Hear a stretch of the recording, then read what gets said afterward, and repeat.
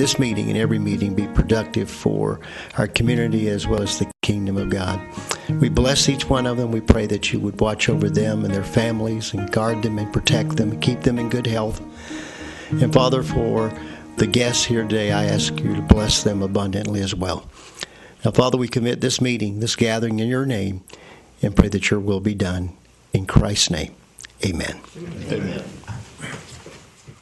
I pledge allegiance to the flag of the United States of America and to the republic for which it stands, one nation under God, indivisible, with liberty and justice for all. All right, with that, we'll go ahead and get the May 3rd meeting started. Ms. Falk, would you call the roll call? Mr. Howell? Present. Mr. Winger? Present. Mrs. Turner? Here. Mr. Old? Here. Mayor Kramer? And I am here. Before we get started, is there any changes to the agenda that the staff might have? Staff has no changes. Okay, how about the City Council? None here. Is there a motion to approve? Sure. Yes. Before I get started, I got to make sure that we get the precedence that before we make a decision, I guess the public does have an opportunity to weigh in on it. So in that, does the public have any adoptions or changes? If not, we've got a motion. Do I have a second? Yes. Okay. All in favor, say aye. Aye. Aye. Move on to proclamations and recognitions by council. And the first one, good grief, I've got Mary, Ruth, Anna, and George from our historical preservation group. Would you approach the podium, please, for the reading of the proclamation? What I'm going to do is I'm going to go ahead and read the proclamation, and then I will turn the floor over to the group here. The proclamation reads that the National Historical Preservation Act was signed into law in 1966 and established the nation's legal framework for the protection and preservation of historic buildings, landscapes, and archaeological discoveries. And over the past 50 years, the National Historic Preservation Act has had a profound and positive impact on local communities throughout Florida, especially through the National Register of Historic Places, a program that honors our nation's diverse culture, agriculture, nature, and built environments. And the United States and thousands of public, private, and nonprofit sector partners, such as the Indian River County Historical Society and the City of Vero Beach Historical Preservation Committee, are commemorating the 50th anniversary of the National Historic Preservation Act through 2016 under the banner of Preservation 50. And the City of Vero Beach does recognize that it is important to celebrate the role of history in our lives and historical preservation. We do hereby, therefore, say that the month of May will be, Historical Preservation Month for 2016, and it is an occasion to celebrate the historical resources within our community. Thank you very much. Thank you, Mr. Mayor. My name is Ruth Stanbridge. I'm the county historian. I live at 4835 66th Avenue.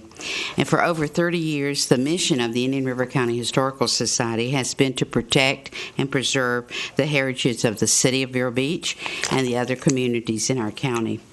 In the last few years, we have often used the term a sense of place to describe the historical and natural resources surrounding us. In fact, that term was first used in our first historical book. To cultural anthropologists and to historians and even to urban planners, that phrase, sense of place, is used to recognize the certain places that have strong identities and hold special meanings to all of us. As all our special places, our parks, our buildings, our public areas are all part of the history of Vero Beach, that is historic preservation. And the city of Vero Beach has done an excellent job of preserving and protecting that heritage. And we thank you very much for that, and we thank you for being part of our mission. And I want to turn it over to Anna Brady, who's part of your team. Thank you, Ruth. And just real quickly, the National Trust for Historic Preservation is encouraging local communities this month to share the love and celebrate your favorite historic place. So I'll pass these cards out that talks about the social media campaign.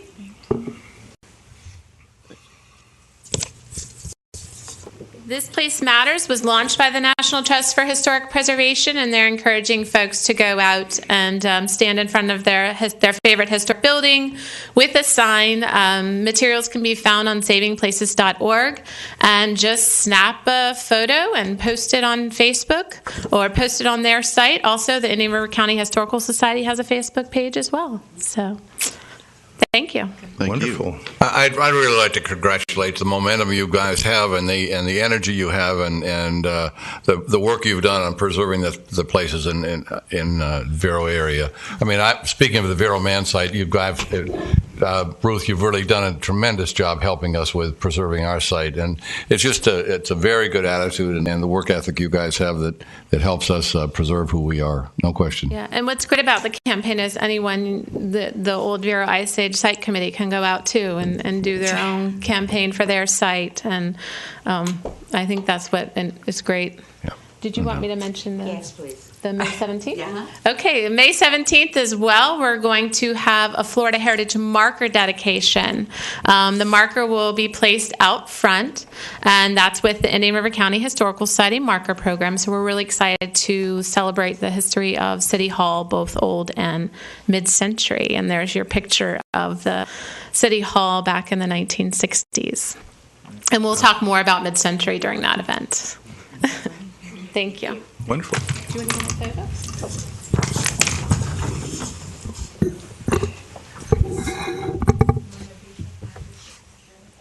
Thank you. Thank you very much. Just come back around. We'll do a picture. Thank you, Ruth. Okay,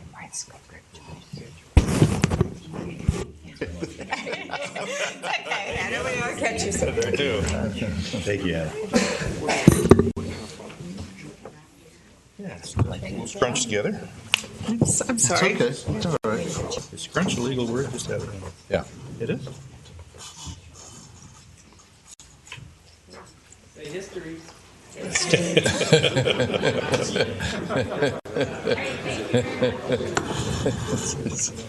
history.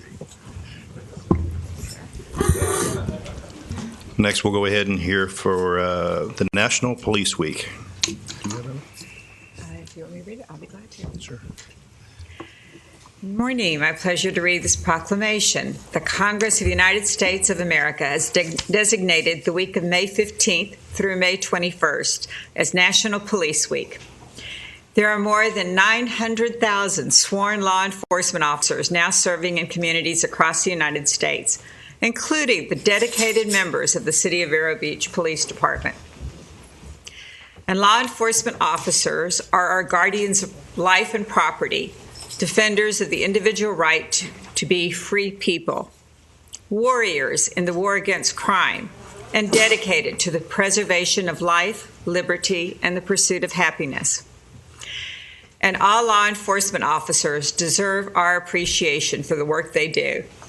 And citizens fulfill an important civic responsibility by supporting their work to protect our community so that we can achieve a better and more secure future for our children and grandchildren. There were 123 law enforcement officers who made the ultimate sacrifice and were killed in the line of duty in 2015. Currently, there are 20,789 names engraved on the walls of the National Law Enforcement Officers Memorial in Washington, D.C. Now, therefore, the City Council of the City of Vero Beach, Florida, does hereby proclaim the week of May 15th through May 21st as National Police Week and call upon our citizens in this community to especially honor and show our sincere appreciation for the City of Vero Beach police officers by deed, remark, and attitude to show their thanks to our men and women who make it possible for us to leave our homes and family in safety each day and to return to our homes knowing they are protected by men and women willing to sacrifice their lives if necessary to guard our loved ones, property, and government against all who would violate the law. And Chief, would you like to say a word? Good morning, Mayor and council members. Thank you very much for the proclamation. May 15th through 21st, as we mentioned, is a very important week during the year for law enforcement across our country. You mentioned 123 officers died in the line of duty across our nation in 2015. Thus far, including yesterday, we have 33 during 2016 and 2 in Florida. The staggering number, too, is the firearm deaths are 16 of that 33, and that's up about 129% from last year. So it's very important that we note that and know those numbers and do everything we can to continue to train our officers and make sure they're safe to do just what we talked about. Day in and day out, keep everyone in our community safe, and so they can play and work and feel very comfortable where they're at. And I can say I'm so very proud to not only be a police officer here in Vero Beach, but represent this city as the police chief, because this community is very fortunate to have the agency that they do. And I'm not referring to myself. I'm referring to the 53 other law enforcement officers that do the work and protect our community with such an attitude day in and day out. Their attitude is outstanding, and it starts with attitude. And I get letters daily of thanks for just giving somebody a ride home or changing a tire or being attentive. And it's about caring individuals that these men and women of the Vero Beach Police Department are. So, I know there's tougher cities and tougher areas around the country, to include Florida, and we try to stay in front of things so we don't have those issues. But I can truly say, by traveling across the state and some part of the country, we are very, very fortunate. The community that we have and the service as far as public safety that we have as well. The 16th of May is the annual multi-agency wreath placement ceremony. You're all invited to that. That's at 10 a.m. right in front of the county courthouse. Again, that's every year, and it's kind of what we do here in the county to kick off our week during May. So again, the 16th at 10 a.m. in front of the courthouse. Thank you very much. Thank you. Thank you.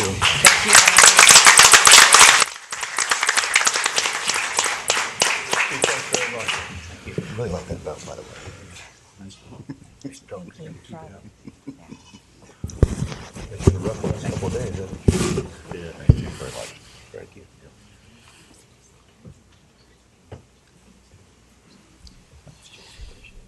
Probably got enough pictures of those.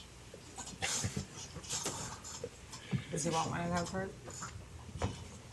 You want a picture with all the guys? Matt, Kevin, come on. Well, I put a belt buckle in the budget for one of these guys.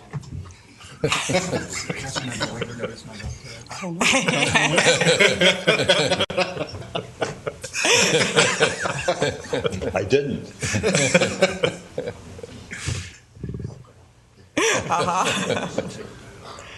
Thank you, guys.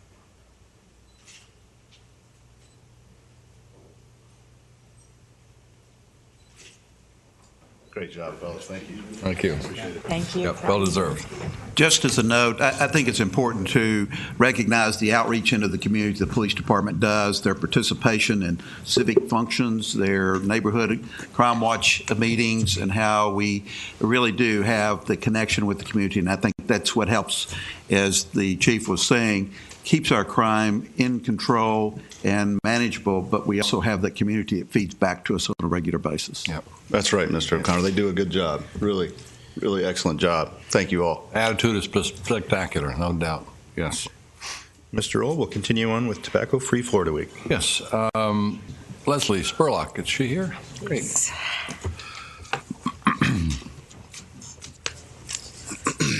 Lovely ladies.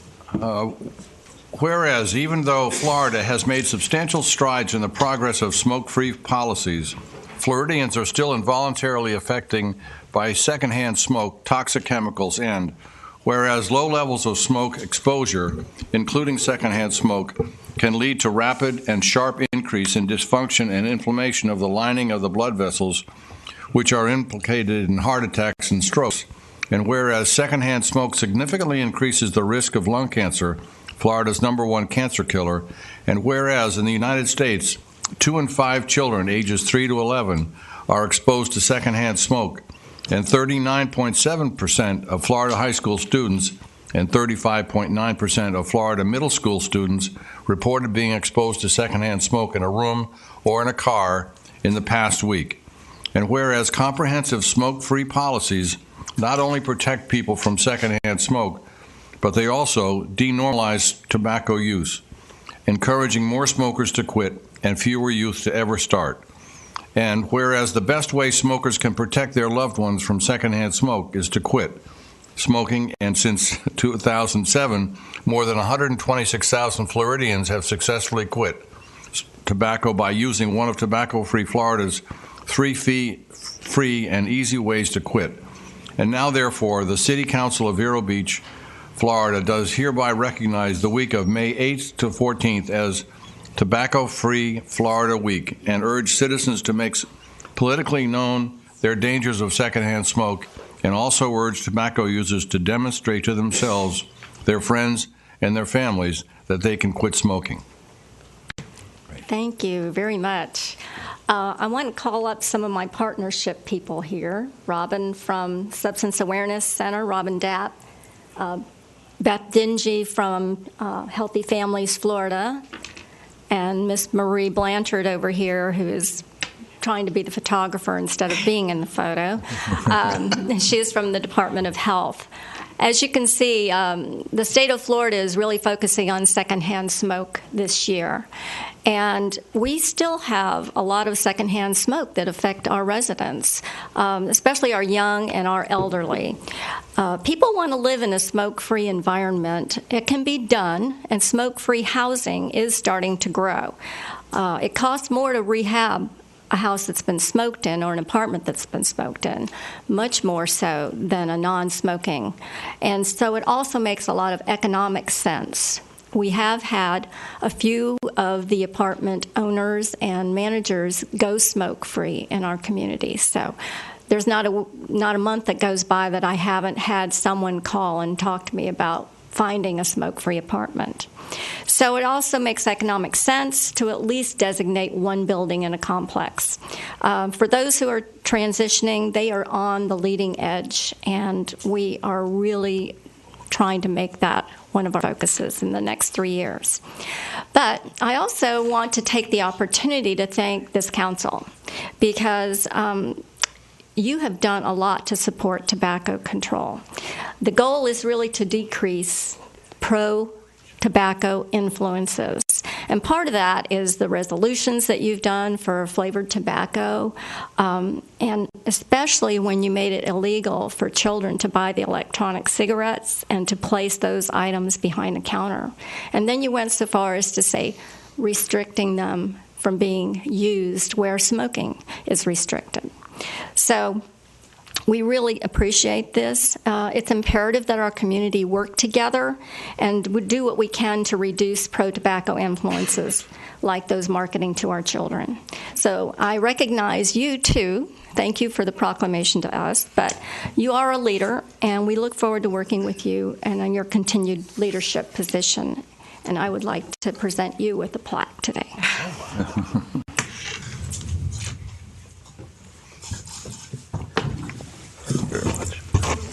Thank you for your passion and your tireless work at this. Thank you. We can exchange. Thank you very much. Thank you very much. Thank you. Thanks for coming in. Thank you. Did you guys want to say anything? I didn't know.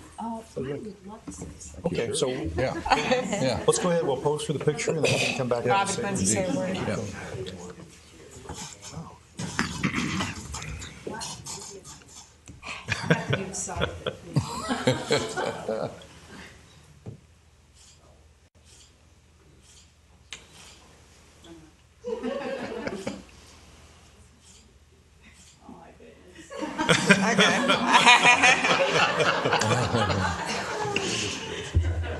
Okay, here, we'll just pass it over to Tammy. Go ahead. Robin, you want to say something? Yeah. So again, my name is Robin Dapp, and I'm the Executive Director of the Substance Awareness Center. We are located right up the street here, and we do both prevention and treatment. for individuals with substance use issues or disorders. And also we have a huge prevention program in all of our schools where we have a certified life skills training specialist in every middle school, providing curriculum to over 4,000 children. And the number one thing we address in middle school is tobacco use. Tobacco, of course, you already know this, but I'm going to say it anyway. Tobacco kills more than every other drug combined. So it is an issue that we look at and take very, very seriously. And for me as a prevention specialist, what I can add is when I see or when we know of middle school students who are using tobacco, we know that there's a very high potential for them to use other drugs in the near future. So it is a very important issue to address. A recent Facebook survey of tobacco users, in that survey, almost 50% admitted they use other illegal drugs. So for us as an agency, it is a very big and important issue. And I thank you for your support. Thank you so much. Thank you, Robin. Well, we very, very much depend on your recommendations as to what we should be doing up here. I mean, because we don't have the expertise that you have in recommending things that we should pass or things or actions we should take. So we very, very much appreciate the activity you take and the guidance you give us. No question. Absolutely. Next, we're going to hear from Mr. Curtis Paulson about our Veterans Outreach Golf Tournament. Wonderful event.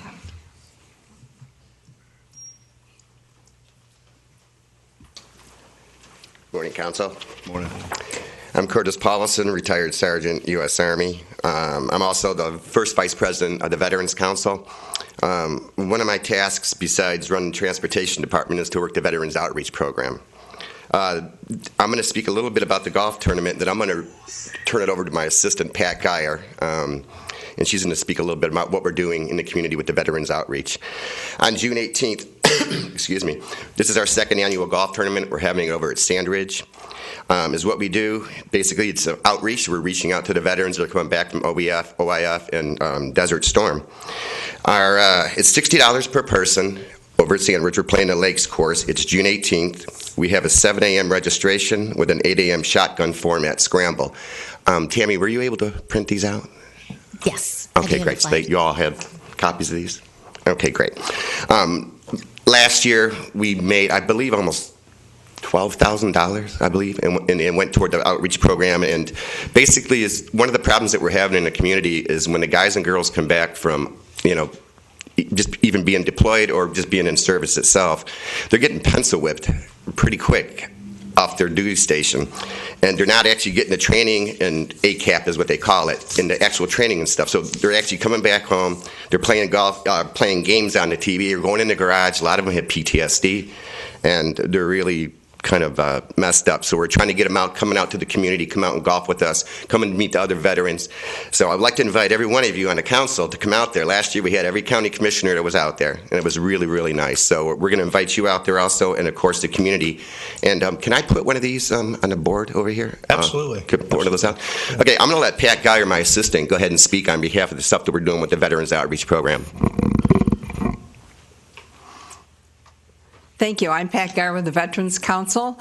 I would like to thank you for your support over time. We have fundraisers, and we also have other activities that we bring our veterans together. And through the generous efforts of the council, the commission, and granting agencies, and the citizens of Indian River County, we have been very successful in serving veterans. In fact, over the last few years, we have provided emergency assistance for living expenses for needy veterans, and we just passed the $99,000 mark last week. We also have events like you've heard, and I want to talk to you about briefly 2 new initiatives. The first one, we had a focus group with veterans, and we found that one of the biggest issues beyond their health was employment.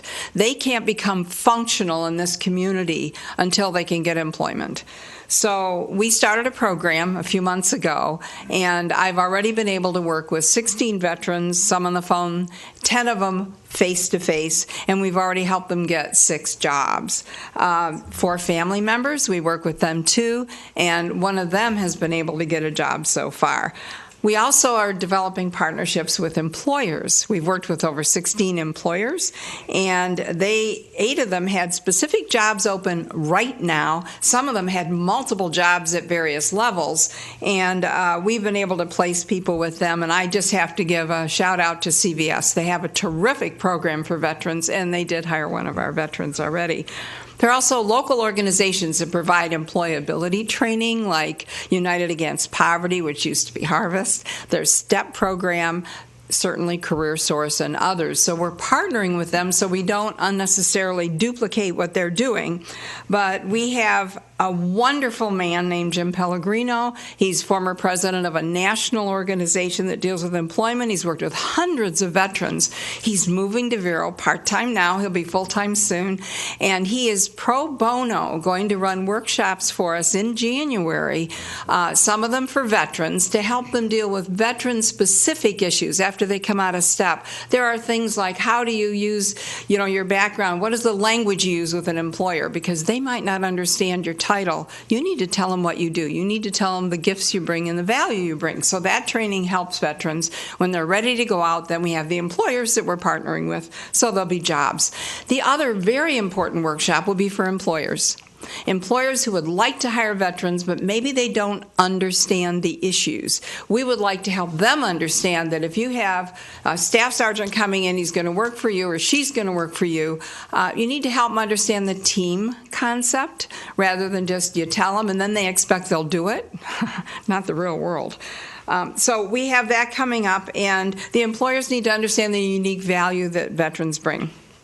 Now, a second effort, which is just fabulous in Gifford, we got a grant from Harvest Community Outreach, and that was for $7,000, and a very generous donor for another $5,000. So with $12,000, what did I say? Harvest. I'm sorry. Grand Harbor Community Outreach. I apologize. And the program is called Veterans Helping Veterans. And what we're going to do is find veteran homeowners who have home improvements that they either can't afford or they're physically not able to do. Then we're going to take a Gifford, this is in Gifford, we're going to take a Gifford resident who's either unemployed or underemployed and have them do the work. We're going to have a contractor volunteer time to evaluate the cost of the work, let's say $1,000 to paint a house. We will pay the veteran a stipend of 1/3 of that, and the veteran will contribute 2/3 of his or her time.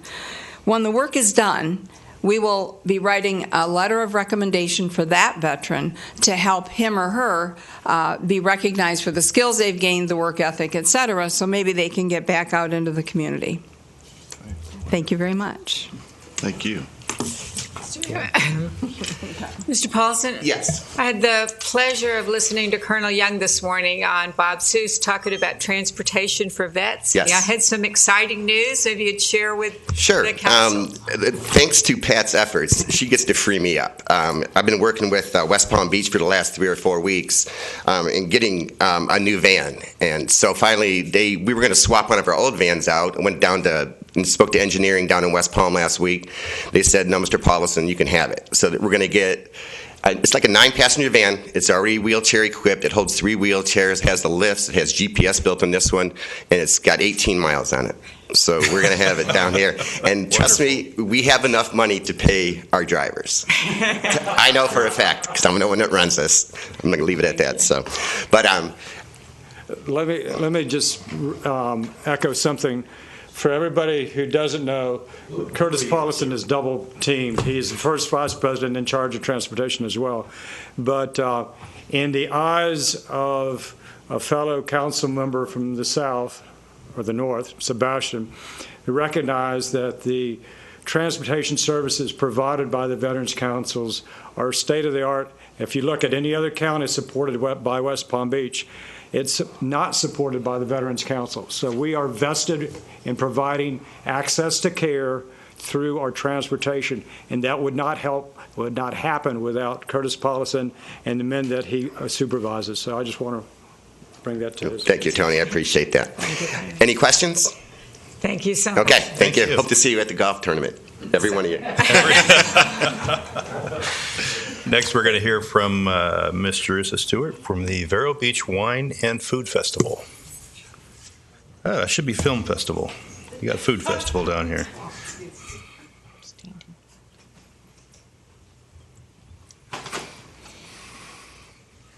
Good morning. Hi, I'm Jerusha Stewart. I'm the founder of the Vero Beach Wine and Film Festival. And I brought you all information packets this morning. And goodies. Uh-oh. So these are the treats that are on Elite Airways flights for their passengers as one of our festival partners, supplied by Patisserie. There you go, one for you. And they're delicious. It beats a bag of pretzels. I know, I wish I brought enough for the audience. Thank you. Thank you. One thing I can tell you, attached to the cookies on the airline is a 10% discount coupon. Your coupon has the code for Vero residents, which is the word locals. And if you type that in when you order your passes, you'll receive a 10% discount off of all the pass levels. Yeah, so hold on to those. And for those of you in the audience, it works for you as well. Now, the Vero Beach Wine and Film Festival, it's the first festival. It is the first and only wine and film festival in the state of California. It's going to be June 9th through the 12th. It is happening in 10 venues all over the city of Vero. We have a downtown hub and we have a beachside hub. Our main screening venues are Riverside Theater, the Vero Beach Museum of Art, the Downtown Heritage Center, and the Raw Space Gallery at Edgewood. In your packets, you will find a one sheet that describes the awards that we're giving out as part of the festival, the dates, the categories, which are documentary, short, and feature. We also have Next Up, which is a competition for student filmmakers in Florida under the age of 18. We will be showing approximately 46 films, not including the student films during the weekend. The shortest film is 16 seconds. The longest film is an hour and 50 minutes. The films will be coming from filmmakers from 8 different countries around the world. And we are proud to announce that we will have a film from Sundance that won the top prize for foreign film. And the director, writer, producer, and lead actor, and that's all one person, will be attending the festival, Manolo Cruz. We also have a short which was selected by Cannes, which will also be showing at our festival. So as we get closer to the festival dates, we hear about more of the awards that the films are winning. We have several Florida premieres that will appear, that will be screened at the festival, and you can see the films and the trailers and read the descriptions online at our website, Vero Beach Wine and Film Festival. Also in your packets is a 4-pager that was in Luminaries, which has an overview of the festival. So it has the venue maps, it shows the shuttle, it shows our mock schedule that we have so far, because as the film festival progresses, we will actually release a firm schedule. But this is just to give you an idea of how the festival works. It also has How to Fest. So it has tips and guidelines on what you do at your first film festival, which I know that's true for many people who live here in Vero Beach. We also want you to know in that packet, Mr. O'Connor is a request letter for our signage. Yes, thank you very much. And so everyone's on the same page. I included in that letter kind of an overview of things that we thought might be important, like trash, police, food trucks, just to kind of let you know these are the things that we've been considering in terms of putting the festival on. I also publicly would love to thank the 132 volunteers that we currently have involved in putting on the festival. I mean, I'm just one of the worker bees. I really couldn't do this without you, the help I've received from the City Council and the commissioners and my volunteers, and as well as our business partners. We currently have close to 40 partners in the community, businesses, organizations, media that are helping us to launch this first festival, as well as our partner festival, the Sonoma International Film Festival. And we are their first partner in 19 years. So we're very pleased and very proud, and thank you so much for having me this morning. Any questions? I would just ask if Mr. O'Connor will review your letter of request and I guess bring this up to another council meeting for discussion. Yes, ma'am. I think we can handle most of this administratively looking through it because we do banners, for example, over 14th and some of those things of what she's asking for at the Heritage Center. So the electric department puts up most of that type of stuff. Great. So we can work with that. There are a couple of things like on signage that we may have to look the other way because there are no provisions, but we'll work with the organization on those. Thank you. I will say on the signage front, it's been really interesting for the festival, only because we've had requests from people to have the T-shirts so they can advertise the festival, to have the posters so they can advertise and market the festival for us. Why don't we have signs up all over town? I'm like, okay. So we have been responding to public feedback. We just got a request from one of the members of the Vero Beach Museum of Art asking about the festival and the museum and if there was a discount, which I forwarded to the museum. And they are now going to allow festival pass holders to tour the museum galleries for free during the festival. Lovely. Yeah, so incredible cooperation from our partners. That's great. Sounds like it's going to be a lot of fun. It is! How could it not be? That's right. Fine wines, great films, and wonderful company. And all of this supports Suncoast Mental Health Center, which I'm sure you're all familiar with. They provide mental and emotional services to children and their families in all 4 counties. So an incredible organization. I would just ask Juris Committee to come back in June as we get closer to the event date or that council meeting close to it. And just to help get the word out again and remind people, I'm sure they'll be seeing a lot more in the news and signs around. But yes, thank you. Favorite words, please come back. Yeah. Thank you for your time this morning. Yes. Thank you so much. We look forward to seeing your success, and anything we can do to help, we'll be here. Yes, and you know that you mean that. Yes, I do. Thank you very much, Mr. Mayor. Thank you. Thank you, Juris. With that, we'll go ahead and move on to item C1, which is a presentation by the attorneys for the electric system.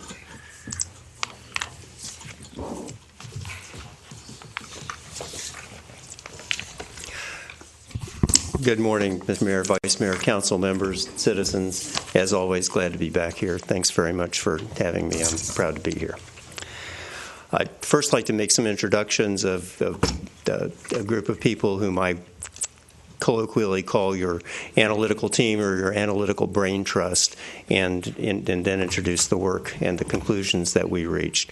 The folks who are here today are Bill Harrington, who's got 40-plus years of experience in the Florida utility industry with operations, system planning, and cost analysis, bulk power supply, contracting, and so on. Jerry Warren, who has similar experience, likewise more than 40 years, including a stint as the director of Gainesville Regional Utilities and also a term as the utilities director for the city of Winter Park. Henry Thomas, who is a principal in Public Resources Management Group, who is the city's rate consultants. Murray Hamilton is not here today. He's back cranking out documentary production at the home office in Maitland, but he works with Mr. Thomas and myself. Henry's got 38 years of experience. I got 35, and Murray's probably got about 15. So we have a lot of experience in utility operations, cost analysis, and so on. Just as an aside, I've testified on cost of service and rate making in 3 states: Florida, Michigan, and Indiana. So, with respect to the proposed sale or transfer of the Indian River Shores business, the assets, the customers, and the book of business to another entity, be it the Shores or FPL, we, this group, your analytical brain trust, were tasked with preparing our best estimate of the amount of money that it would take as a lump sum payment on the front end to keep the city, the city's citizens, and the rest of the city's electric customers, that is, those outside the shores, whole in terms of keeping their rates the same as they would be if the city electric department continued to serve the shores. The results, we had a preliminary analysis last summer, and that value is $64 million over 30 years. When we redid it, having met with the city, with the town, representatives of the town of Indian River Shores, they said, why don't you look at it on a year-by-year revenue requirements analysis? We went back and did that. We did it on a component-by-component, year-by-year analysis for a total term of 50 years, and the components were the main components of the city's revenue requirements. The city electric expenses, the non-departmental overhead type expenses that the city electric pays, city debt service, bulk power supply, and general fund transfer. We did that for every year and then looked at it over 30 years, also looked at it over 50 years, which we can talk about in a bit or whenever you want. The revised number for 30 years is $42.4 million. This does include updated bulk power supply cost information and an updated natural gas price forecast, which had material changes on the results. The value over 50 years is $59.6 million. In addition, to keep the city's citizens and the other customers whole, some provision has to be made to protect all the other customers, the other 30,000 customers, 30-plus thousand customers, against contingent liabilities for which the city would be responsible through its participation in the FMPA power supply projects. Briefly, we, the city of Vero Beach, is a virtual co-owner of the power plants, Stanton 1, Stanton 2, and St. Lucie 2, that are the underlying power plant assets that support these projects and the contracts by which the city obtains its power. FMPA is on the deed. We have virtual co-ownership interests in the form of generation entitlements pursuant to the power purchase contracts and the project support contracts. We are obligated to pay our pro rata share of anything else that comes up. God forbid that anything else should happen, but I did Google Murphy's Laws, and I got a printout of 20 pages of Murphy's Laws. And the three that I like best are, if anything can go wrong, it will. If everything seems to be going along okay, look out, you've overlooked something. And finally, if anything just cannot go wrong, it will anyway. The point is that there are contingent liabilities. If there's an unexpected, significant, 9-figure repair job, 9-figure upgrade decided upon in its legal discretion by the principal owner of the plant, whether that's OUC for the Stanton plants or FPL for St. Lucie, FMPA on the deed is obligated to pay its pro rata share, and the city of Vero Beach and the other project participants are obligated to pay their pro rata shares. So that's a quick summary. I'm happy to delve into the somewhat greater detail or to take questions at any time. Council, questions? Yes. I certainly do have questions. I noticed in this revision that there still was no reduction of the city's costs, of our overhead costs, although we'd be reducing the size of our system by 10%. There is no corresponding reduction in our costs. Actually, that's not quite accurate. There are reductions. If you would look at there are basically 4 separate documents in the packet. The first one is this 8.5 by 14, which shows year by year. Actually, you may be able to see it on this. No. The second one is the big 4-page spreadsheet that's titled Calculation of Rate Impacts of Transfer of Indian River Shores to Another Utility on Remaining Vero Beach Electric Customers. There are 2 blocks. The top block is the revenue requirements year by year, component by component with Indian River Shores. The bottom block is without Indian River Shores. The material at the bottom is summary information. If you look at the electric fund expenses, and let's just take 2017, as the first year in which the hypothetical transfer could occur. The electric fund expenses with the Shores are $8.965 million. Without the Shores, it's $8.627 million. The non-department expenses with the Shores is $8.084 million. Without the Shores, it is $7.508 million. So there actually are reductions, and the foundation for that was information provided to your team by the finance director and the utility director. And actually, that's the very last document. Actually, the next last document in here is a several-page document supporting the data sources and assumptions. The last page in that packet is the spreadsheet that we got from Ted and Cindy that shows the underlying numbers from which those were derived. For my sake and that of the public, we've gone from $64 million as our original number to now a $42 million. We're looking at a $22 million reduction, or basically 35% reduction in the cost. Can you give me just a bullet summary of where this $22 million, how it breaks out from what? It was two things. Principally, the change in the bulk power supply cost forecast and the natural gas price forecast, and a fresh look using a detailed year-by-year analytical methodology. Okay. Probably the biggest difference was in the change in the treatment, well, a couple, but probably the bigger one was a change in the treatment of the city electric fund expenses, which was done in a shorthand way last summer when we took a look at it on a year-by-year valuation. That changed. The other significant, I couldn't tell you the exact number of millions of dollars today, but was in the change in the way the general fund transfer was calculated, and we did it last summer. We started with the current, or the projected 2015-16 value, which was $5.44 million, and simply escalated that forward at 2.5% per year. In this analysis, we actually calculated the general fund transfer on a year-by-year basis to be exactly equal to 6% of total revenues, starting with the other four cost components: electric, non-departmental, bulk power supply, and debt service. And then after 2023, the debt service goes away. We take those four numbers, gross them up to get to the total number, of which 6% would be the general fund transfer. That actually has about a $400,000 a year reduction. So that's the okay. thumbnail. That's kind of what I'm trying to get to. I've got $22 million. How much of that is due to the revision on the power cost? How much is due to the revision of looking at the transfer, or the transfer cost? How much is due to natural gas prices? I'd like to see a breakout of that $22 million. We have not done that today. I think we can do that. I would certainly hope so. Yeah, I'm going to I don't know if anybody's, I'll use this piece of paper because it's bigger.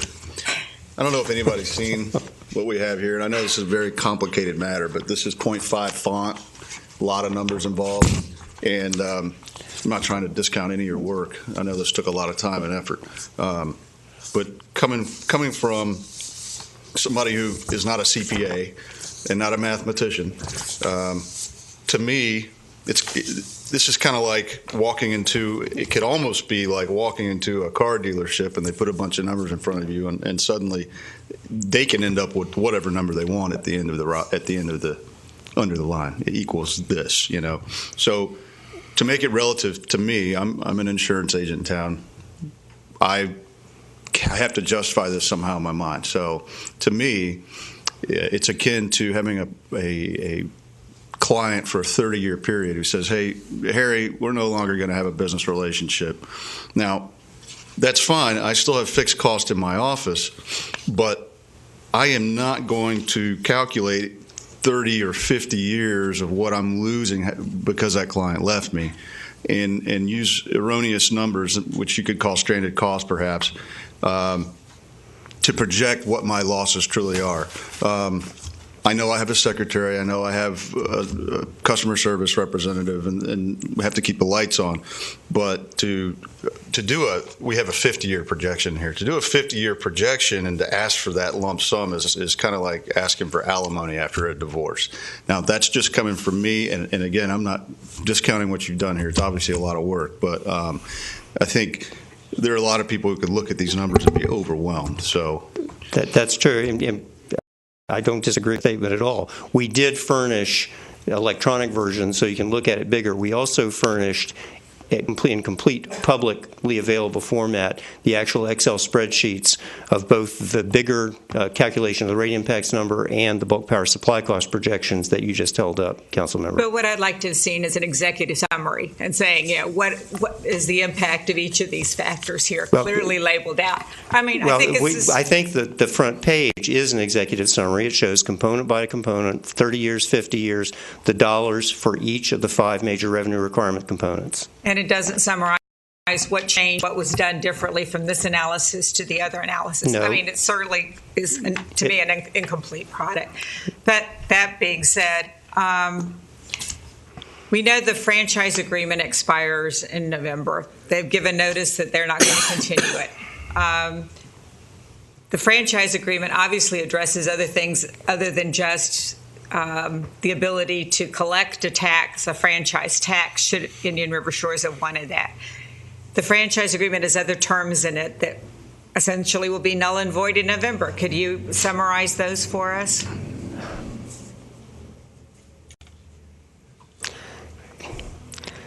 In general terms, the town agrees that we can operate our system in their service area free of competition by the town. It's a non-compete agreement flowing in favor of the city, in return for which they get the right to ask us to collect and impose a franchise fee. There are other terms and conditions, but the terms and conditions in the franchise agreement are those within the franchise agreement itself. There's not a buyout provision. There's not a right to kick us out in the franchise agreement. In Winter Park, there was a buyout provision. No, but is there not a right within the franchise agreement for us to utilize their right-of-ways?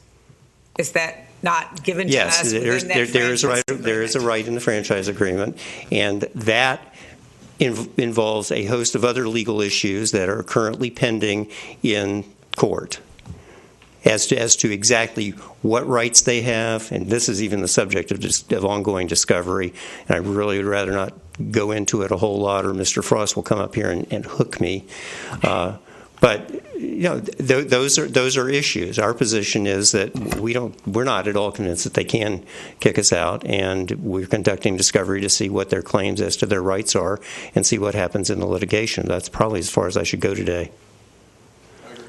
So your contention still is, that the franchise agreement really is irrelevant to our right to serve.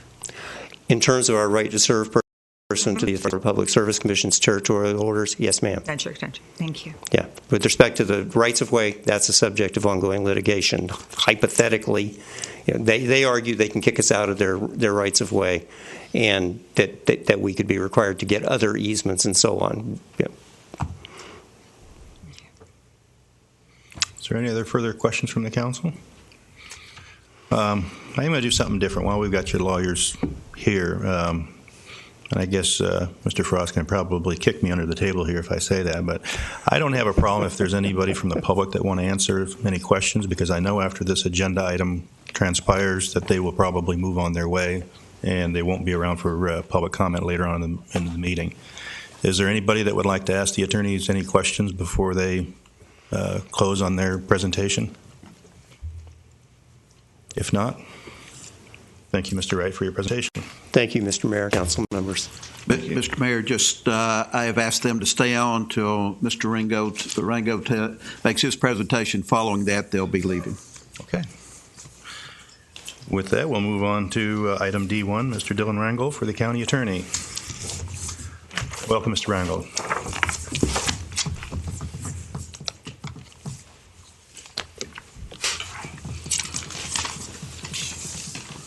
Good morning. Thank you, Mayor. Council. Dylan Reingold, I'm County Attorney for Indian River County. I just want to thank you all for giving me the opportunity to address the Council this morning. During the legislative session, the county was working with various communities across the state of Florida to try to work with the legislature to adopt legislation concerning the FMPA. And as I was in Tallahassee, and as the bill was moving forward through the legislative process, I was approached by representatives from FMPA who expressed a desire to involve the county and others in the issues that were addressing our local community, exiting the FMPA and ultimately the sale to FPL. I thought this was going to be a great opportunity to be able to engage the city, or at least have the city engage the FMPA, FPL, OUC, the county, maybe even the shores, in an attempt to come to a solution to these issues of exiting the FMPA and possibly hopefully getting to the full sale of the electric utility. And thus, I wanted to come to the City Council meeting this morning, and I just simply wanted to request that this council authorize your council and Mr. Wright to work with the county, FMPA, and the other interested parties to explore our options and the avenues to exit the FMPA and to get to the full sale to FPL. And with that, simply just looking for your support for that authorization of your council to engage the county and the FMPA and other interested parties to address these really important issues here in our community.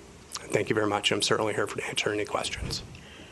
I'd certainly say after 2 public referendums saying that, yes, we wanted to proceed with the sale of this electric, that it behooves the city council to follow up on the wishes of our constituents, and that if we're not taking another step, doing everything possible, then we're not doing our jobs as representing our city. So I certainly would support that, Mr. Thank you, council member. And administratively, we have no objection. I would like to request that Mr.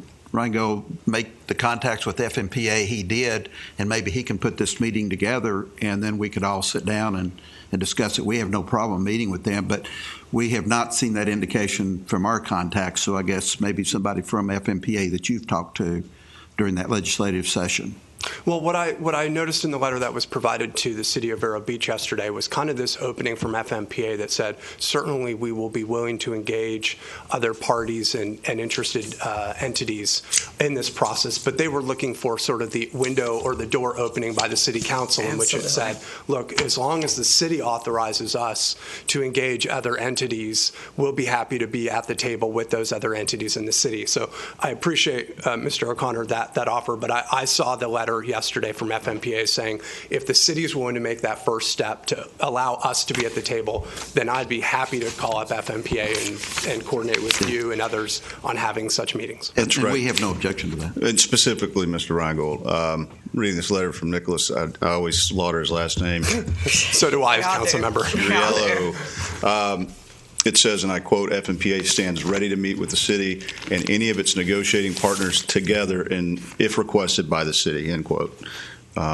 So in having said that and having heard that, I'd like to put a motion on the floor to authorize outside counsel to join in the discussions with FMPA, OUC, FPL, Indian River County, and Indian River Shores in an effort to complete the sale of the electric utility as a whole to FPL.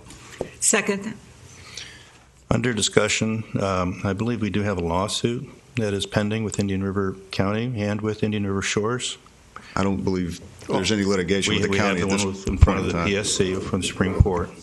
What we are, essentially, there's no more briefing to be done by any of the parties. There's no more discovery. There's no more hearings. At this point, we're just waiting for a decision from the Supreme Court. But you still have the support of the Indian River County to go forward and to see a judgment out of that action. Certainly. I would hope that we would not wait until we get that we would engage ahead of time as we start having, hopefully, positive discussions with the FMPA and the other entities. And I think it'd be helpful to have those discussions start. Okay, and we are with litigation with Indian River Shores as well. And once again, this is the way to try to circumvent any further litigation. If you can negotiate a settlement for the desire that what everybody wants is for the sale of Vero Electric to FPL. I certainly can't disagree with that. And keep in mind, I mean, we did vote for the policy to sell to FPL years ago. I voted for that. And we've got a contract with FPL to actually do that. We have to negotiate in good faith to get this thing closed. There's no doubt about it. However, we seem to have this idea that when we come to a fork in the road, we take it. which direction are we going? Are we going with the partial sale, or are we still going with the full sale? I mean, we've got our attorneys here. We're spending money. Which direction are we going in? We've got lawsuits that are out there pending. You typically don't work with people who are suing you. I think still the will of the people is to sell Vero Electric in its totality, and I think that's always been the objective. I think the partial sale was a fallback position, and I think if we can open the door at all to proceed with what the voters have said, they want a full sale, to get the full sale. That's right. I think this is an opportunity. The door's open to possibly circumvent the litigation, and it's an opportunity perhaps to come to an agreement with all interested parties to get the electric utility sold. That would be ideal, of course. And I think it's two different issues. The issue with Indian River Shores is a partial sale. The issue that we're speaking about today is an entire sale, and involves, whether you like it or not, involves Indian River Shores, Indian River County, City of Vero Beach, FPL, and FMPA. And I think that while the iron's hot, we need to strike. And no offense to the lawyers here, but it would be nice to stop. Some progress. Yeah, we need to make some progress, and it's not cheap to continue what we're doing. So, should Indian River Shores be part of this? I would certainly welcome the Shores and want them to be a part of it. I can only speak, obviously, on behalf of Indian River County. Yeah. We'd be delighted to be at the table to be a part of that conversation. But what I'm saying is, if it's a full sale, then should they be part of that? I would be very happy for them to be a part of that, and I'd be happy to reach out to their council and the town to have them be a part of that. Well, I find it interesting that when we talk about a fallback position, that it's FP&L, the one that made the offer on the partial sale. So is it my understanding that FP&L is now abandoning that and wants to go forward with the full sale? No. FPL has told me they're willing to listen to you, the city, for direction and guidance as to move forward. Essentially, what I'm looking for the council right now is the opportunity to open the door and have these discussions with all the parties. Okay. Mr. Mayor, a question. Attached to this letter of May 2nd is FMPA's contract retirements and status, which is really 29C, which hasn't changed at all. I guess I would like to have the city manager's opinion and that of our city council and our hired councils as whether, in light of what you brought up at the start, that there's litigation, which I really don't think the county should have against us, whether they should go forward. And also, I have a second question, but I'll let somebody answer that one. I mean, is this something we can do in light, and should do in light of the legalities of it? I can't speak to the legal part of it, and I have to leave that to someone else. But the other side of the coin, what I have been told by FMPA over and over, bring us a willing buyer and a qualified buyer, and we'll do the deal. And so, but again, I have no problem meeting with FMPA and having everybody sit around the table again and doing it. But we don't have either one of those components. And so that's my concern, and it really is not a concern. I mean, it's another meeting in life, but those two elements are something we've got to address, and we, the city, nor FP&L at this point have been able to address that. No, Mr. O'Connor, but at one point we were very close. We had Orlando Utility Commission, that was interested. I say, hey, anything you can do to avert further litigation and controversy, if we can have a meeting and find a solution, invite all the parties to the table and see if we can come up with something that will work. What do we have to lose? Except that we continue to have Vero Electric with 30 to 40% higher rates. I mean, that's what. I'd like to hear from our lawyers about whether they think this is a reasonable path. To include the city attorney and, of course, Mr. Frost. I could go ahead and guess the answer to that question. Well, that's what we hire them for, Mr. Hall. I will tell you that I don't see anything wrong with talking to anybody at any time. There's nothing wrong with that. It needs to be confidential so that it can't be used in any of the litigation. There shouldn't be any representations made in that, but I don't see anything wrong at any time to talk to somebody. As Jim, it's another meeting, but if they're serious, it's going to take a lot of effort on everybody's part to put it together. But I don't see anything wrong with talking to somebody. If everybody has the ground rules, that's confidential, nothing will be used in any of the litigation, and we can go from there. I don't have a problem. Thank you, Mr. Frost. Yes, thank you. The follow-up question, Jim, going back to what you said, is I believe you said that all of our feedback from FMPA is consistent with the letter they sent. And I believe that I've heard that Mr. Wright is getting the same information. You made the proposal that the county attorney go back and set this up, and to me that seems the right way to do it. Mr. Wright, you want to clarify? No, I mean, I'd be happy to say. Yeah, I mean, I'd be happy to work to set it up. As I read the FMPA letter, it was they needed to see that the city authorized me to move forward to work with getting all the parties at the table, whether it be FPL, OUC, and the like. So what they were saying in their letter was, City Council, you authorize all these parties to be at the table. We'll be happy to be a part of those discussions. I think it's no question that the city has to take the lead. The city is the FMPA member. So you're either going to be willing to say, yes, we want to move forward and have these discussions as a city to do what our voters have told us to do, or not. And that's... You got it exactly right, Councilmember Turner. FMPA has made it clear we are their member, we are their contract partner. They will negotiate with us. If we want to invite others to the table, they will be welcome at the table. You got it right. Okay, with that said, then, I don't have any objection to this sort of a format. We can agree, the five of us, or some majority of the five of us can agree to go forward with the motion, with the caveat that the county attorney has said that he would be glad to set it up. In other words, if you have our approval, is that not sufficient or not? I will be happy to work to make that happen. But he's shaking his head. No, the request should come from the city of Vero Beach. We are the FMPA member. Okay. It really should come from me, or Wayne, or Jim, or somebody. It should come from as the our city. representative. Yes. Yeah, that when they said if requested by the city, and when Nick said that in his letter, if requested by the city, that means it's in our court to make that request to them. As much as I appreciate Mr. Reingold's effort or whatever, yeah, I think it's and I got plenty to do. I wouldn't mind taking care of this, but no, that's how it needs to work. Well, can we read the motion again, please, Mrs. Bach? The motion was basically to authorize outside counsel and different parties, Indian River Shores, the county, city of Vero Beach, FPNL, and FMPA to make an effort to complete the sale of the electric utility. Should we include OUC in that? It was considering they're part of the contractual agreement. Yes, sir. I would call the motion then, except maybe we need public comment. Well, we do need public comment, but what they're talking about and what is the motion is made is two different things. You guys are talking about getting people down in a room to talk.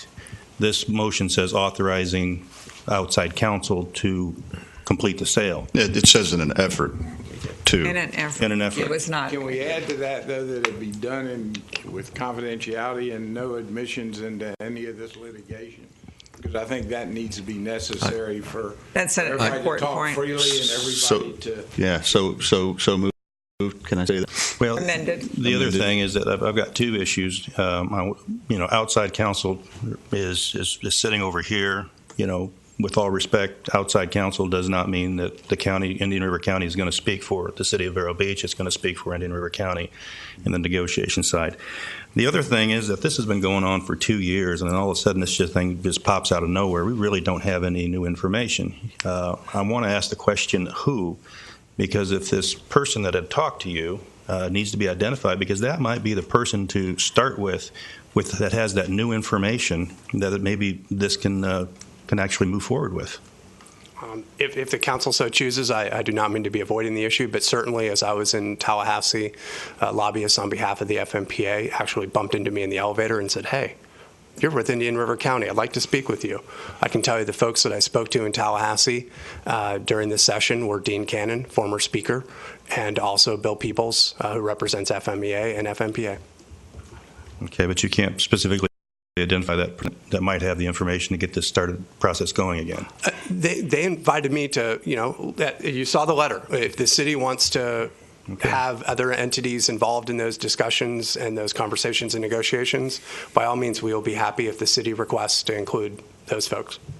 Okay. So that's why I wanted to come today. And that's why the issue, I know, Council Member, Mayor, I appreciate what you're saying in terms of, after 2 years, where did this come from? I was approached, and it's the first time I've actually had an opportunity to speak to somebody from the FMPA, and I thought that's why I wanted to come here today. This, as Councilmember Howell said, it's strike while the iron's hot. It was the first time anyone approached me, and I thought it was important to run with that. Well, these people that you mentioned are not FMPA people. They represent FMPA. Did they say that they were representing FMPA's opinion, or is it their own opinion? They were representatives on behalf of FMPA. Okay, that's their position. Did they state what their opinion was? Was it the official policy of FMPA? Well, I see from the letter that they had authorized the city, as long as the city opened the door, to have other parties at the table to have these discussions and negotiations. Well, elevator talk is elevator talk. I don't know whether that was just a personal conversation or whether that was a representative type of conversation. No, but this is a movement. We have it every time FMPA has refused for us to have any other representatives there except us in the city. The city with FMPA alone. So just the fact that we have a letter saying that, yes, we will talk with the city and other representatives. This is opening the door. This is a big step. I'm just trying to identify where the door is. It's right here. It's in this FMPA letter. Okay, we've had that opportunity for 2 years. Why now? This is the first time they've said they're willing to have other people at the table. I can't find that person. That person is a key person to get this thing going. Who do they represent? This is a good start. Hereby the general manager says is they're opening the door to allow us to have other people at the table, Mr. Mayor. That door's been open. It has not been open. It has. I'm not going to say no to this. I'll just be honest with you.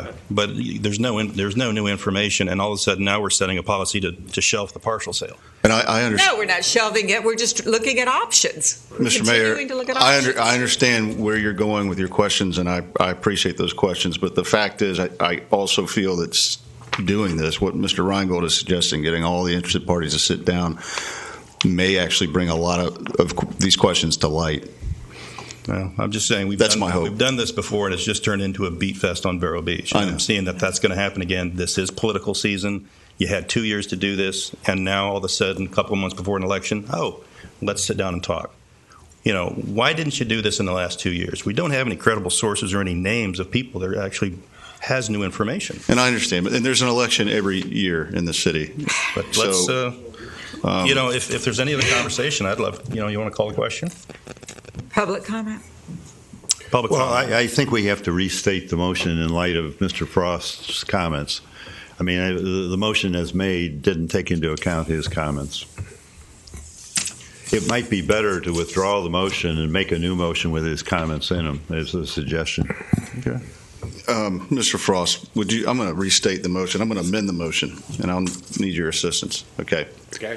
So I make the motion. We authorize outside counsel to join in discussions with FMPA, OUC, FPL, Indian River County, and Indian River Shores in an effort to complete the sale of the electric utility as a whole to FPL, provided that we negotiate with a confidentiality agreement and that none of the conversations or anything admitted during that time would be admissible in any of the lawsuits. That we negotiate with a confidentiality agreement and nothing said in those meetings would be introduced into the current lawsuits.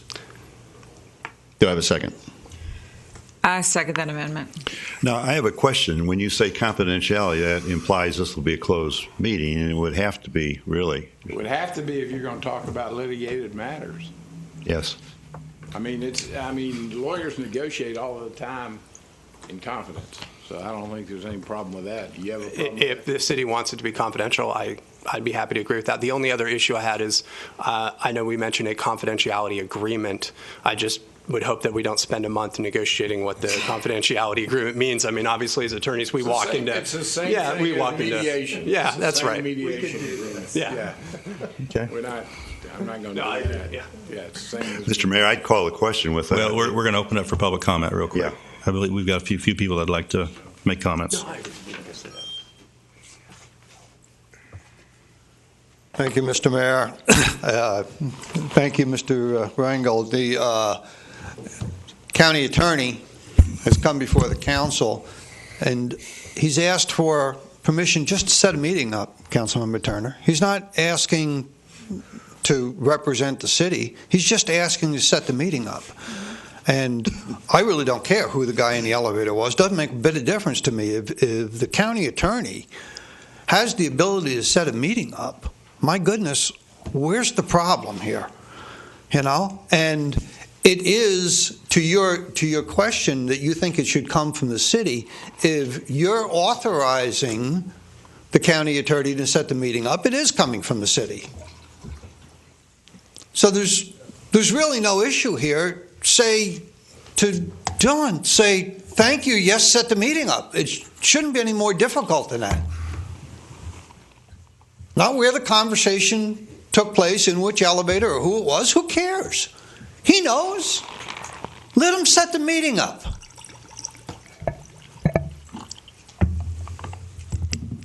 Thank you. Mr. Sykes? Good morning, Council. Lang Sykes, 836 Remar Drive. People in this community are frustrated with the lack of leadership coming from this council. You've had several opportunities to complete this sale, and we know that the majority of you refuse to push for it. In fact, you've done the opposite. Citizens demand a unified front to find a solution, and our neighbors living outside the city limits deserve to be represented. If you're going to levy taxes upon them in the form of elevated electric bills, while Mr. Wright is a very smart man, he's quite obviously compromised by his relationship with the leadership of the FMPA. Not only does he need to go, but many of you also need to go if you continue to represent the FMPA rather than Vero Beach residents. We should require accountability from the FMPA, and we must work at a state and local level to demand more transparency from this unregulated power monopoly. I won't point fingers, but one of you has stated in the past that it's just so great that the electric utility creates a profit for the city of Vero Beach. That's wrong. Municipalities don't turn profits. Governments that realize any excess should return it to the people in the form of tax reductions. Instead, you increased taxes last year. Enough is enough. We need to stop transferring money to our general fund on the backs of the residents living outside of Vero Beach. Hire an attorney who is concerned with actually selling our electric utility, and finalize the will of the people of Vero Beach who have voted for you to complete the sale. I speak for the majority of residents in Vero and all the residents living outside the city who are sick of funding a growing government. Thank you.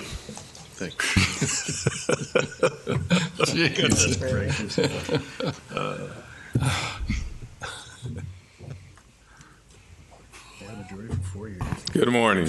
Good morning. Haven't been here for a while. Good to see you. Thank you. J. Rock Tonkel, member, live in the county in Grand Harbor, member of the Utility Commission. And I expressed yesterday the view that I thought it was premature to pass a resolution very similar to what you're acting on today until we heard from the county attorney.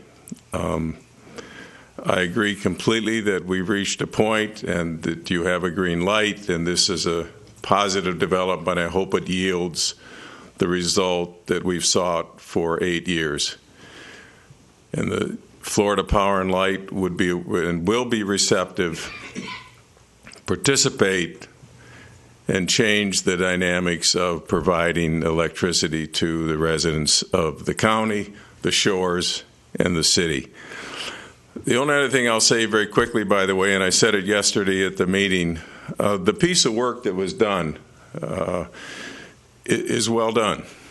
It's a reasonable statement of what is likely to occur and the value of the system as it has existed and been run by the city.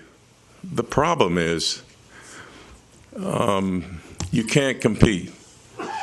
The costs are inflated and the valuation is excessive because of the manner in which this utility has been run. And to some degree, that's purely a matter of economics and scale. And I think that hopefully you'll come to the same conclusion.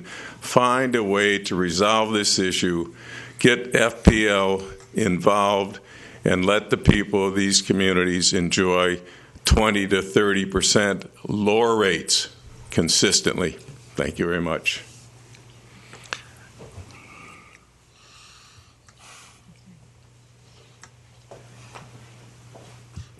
Good morning.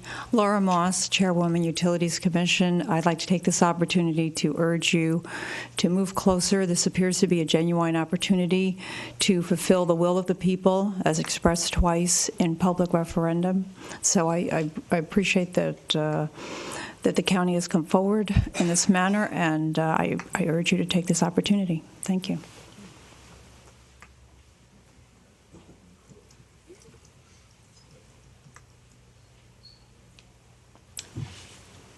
Good morning, Mr. Mayor. Good morning, Council. For the record, Ken Daig, 1846 21st Avenue.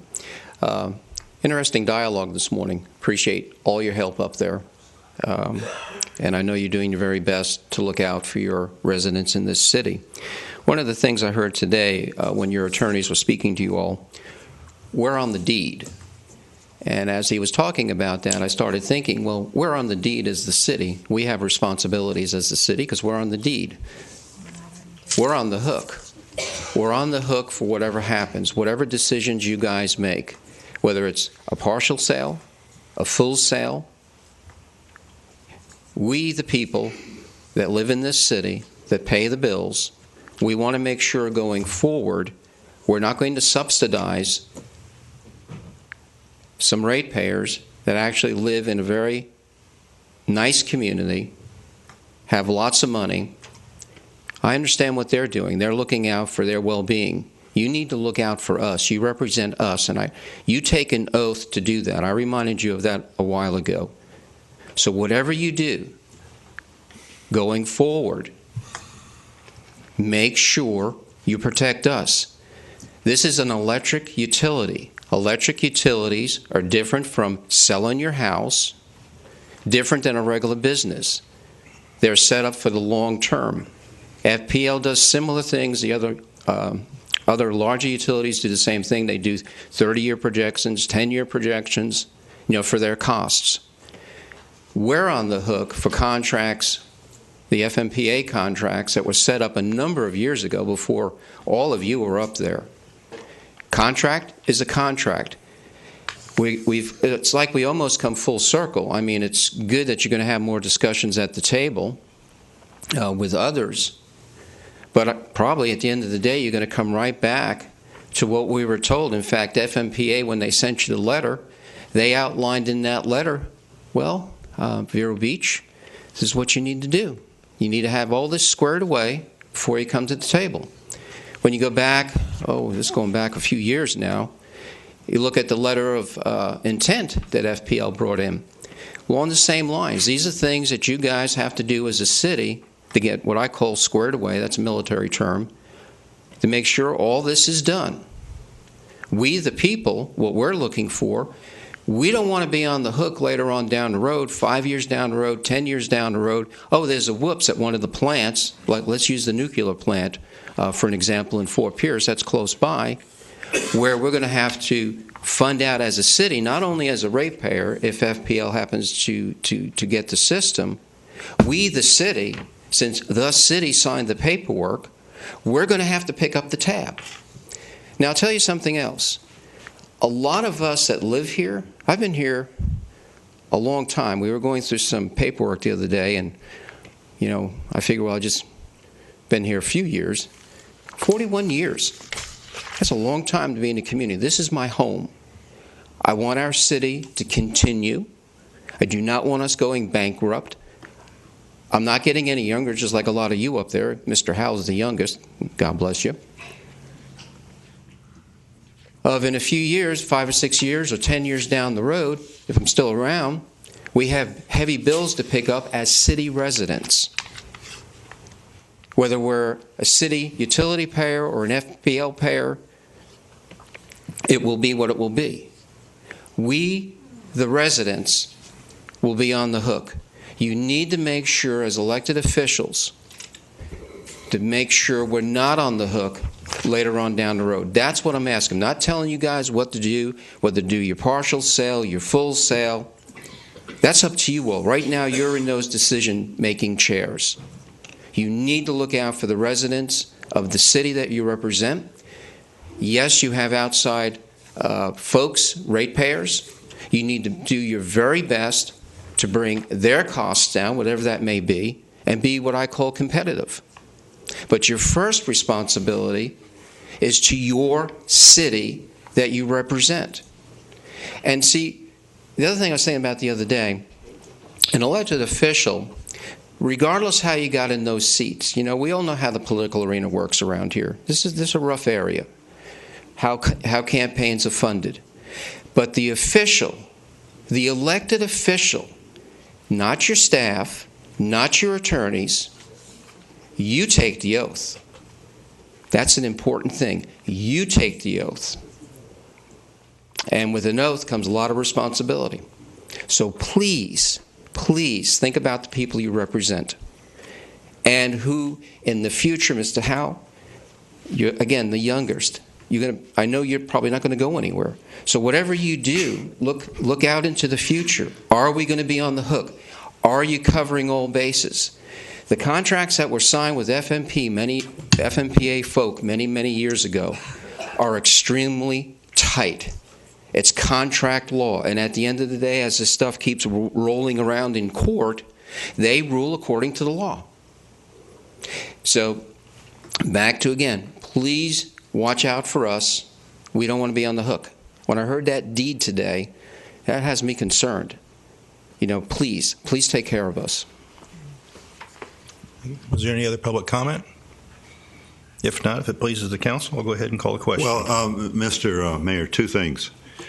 Then I will call the question if that's satisfactory with you at the end. The second thing is I'd like the city clerk to read the motion so we exactly understand it. But the first thing I'd like to do is read the attachment to the May 2nd, 2016 letter to Mr. Jim O'Connor from Mickles, who is the general manager of FMPA. And it attaches, and I think this is important to read so that it is understood what they're saying. They're agreeing to the meeting, but they say as follows. FMPA contract requirements and statuses. I'm only going to read the top portion. This summarizes key requirements for Vero Beach to exit FMPA's All Requirement Project, ARP, and transfer Vero Beach's obligation to another tax-exempt utility for the partial requirements projects, that is Stanton Project, Stanton 2 Project, and St. Lucie Project. The requirements are, number 1, exit ARP and pay the withdrawal costs from ARP. Item number 2, find another tax-exempt power utility to borrow the power supply output of Vero Beach's Stanton 2 and St. Lucie projects. And number 3, address contingent liabilities. I just want to read that into the record because they're laying that on the table going into it. And then I'd like this city clerk to read the motion. The motion was to authorize outside counsel to meet with the different parties that include Indian River Shores, the county, City of Vero Beach, FP&L, OUC, and FMPA to meet in an effort to complete the sale of the electric utility. Negotiations will take place with a confidentiality agreement in place. Okay. Is that satisfactory? That works for me. I'll call the question. Okay. Ms. Bach, would you call the roll? Mr. Howell? Yes. Mr. Winger? Yes. Mrs. Turner? Yes. Mr. Old? Yes. Mayor Kramer? Yes. Passes 5-0. All right. Thank you very much for your time. Thank you for your time, Mr. Reingold. Thank you so much. Item D2, Ms. Patty Guffnet. I hope I'm saying that. Yeah, let me introduce this one, Mr. Mayor, if you will. I invited Patty to come forward because I think she's got a better idea. And occasionally, my wife and I walk on the beach and we I bend down and pick up on the beach as much as I can carry, and I carry it back to the city trash containers. But of course, I can't carry very much, and I drop some of it back again, quite frankly. And I think Patty's got, our county to the north has got a good idea. I've talked to the city manager about it, so he's prepared, and I just think it's a better idea that would help our beaches. So therefore, go forth. Thank you very much, and thanks for having me here. I started up a program to clean beaches and keep some plastic out of the ocean, and it's called Blue Tube. Here's a Blue Tube.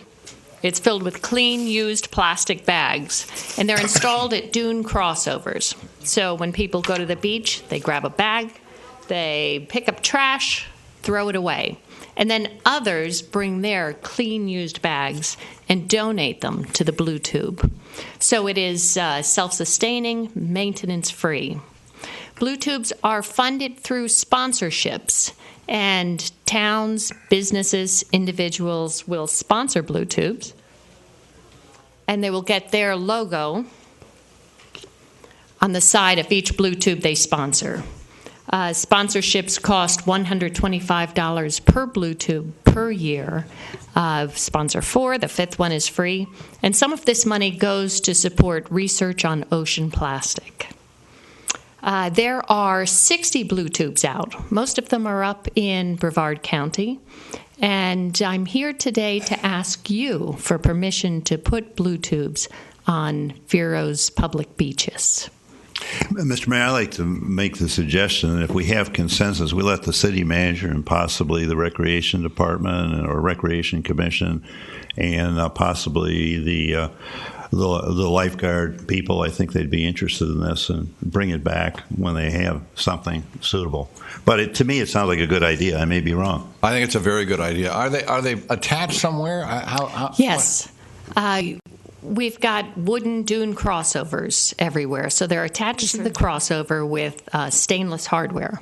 Yeah, some of them are. Some of the dune crossings are not. Don't have a wooden area. They just have a path, and I just wonder maybe this the one near my house. Find someplace to put it. Yeah.